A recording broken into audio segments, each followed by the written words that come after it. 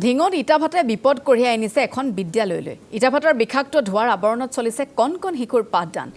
নিজ ঢিং মুক্তাব বিদ্যালয়ৰ শিক্ষাৰ্থীলৈ ভাবুকি কঢ়িয়াইছে এই ইটাভাটাটোৱে। 1951তে স্থাপিত বিদ্যালয়ৰ দেৱালতে লাগি আছে জিঅ' ইটাভাটা, যাৰ বাবে বিনষ্ট হৈ পৰিছে পৰিৱেশ। জনসাধাৰণলৈ ভাবুকি কঢ়িয়াইছে। প্ৰায়সমূহ ইটাভাটাৰে বৈধ নথিপত্ৰ নথকাৰ অভিযোগ। এটা পঞ্চায়তত চলি আছে 10টাকৈ অধিক ইটাভাটা। নীৰৱ ভূমিকা অৱলম্বন কৰিছে নগাঁও জিলা প্ৰশাসনে।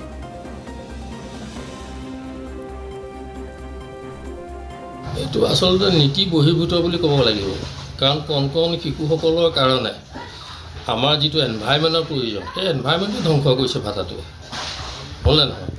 যে ভাটাটোৰ পৰা যিটো ক'লা ধোঁৱা বাহিৰ হৈ আছে বা তাৰ পৰা যিটো বালি বা বোকা বা ধূলি যিটো সৃষ্টি হৈ আছে, সেইখিনি তাৰমানে আমাৰ ছাত্ৰ ছাত্ৰীসকলৰ কাৰণে খুব মাৰাত্মক।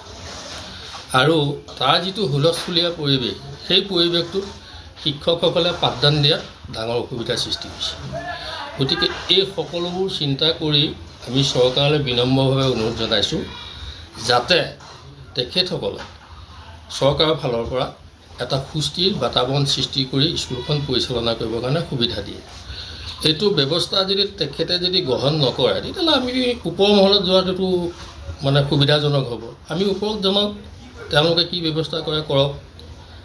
আমি তেখেতৰ ওচৰলৈকো যাওঁ, তেখেতক আমি বিনম্ৰভাৱে অনুৰোধ কৰোঁ যে আমাক এটা সুস্থিৰ বাতাবৰণ সৃষ্টি কৰি দিব লাগে চক্ৰ বিষয়া। আৰু যদি তেখেতে যদি কয় যে মই নোৱাৰোঁ, তেতিয়া আমি ওপৰলৈ যাম।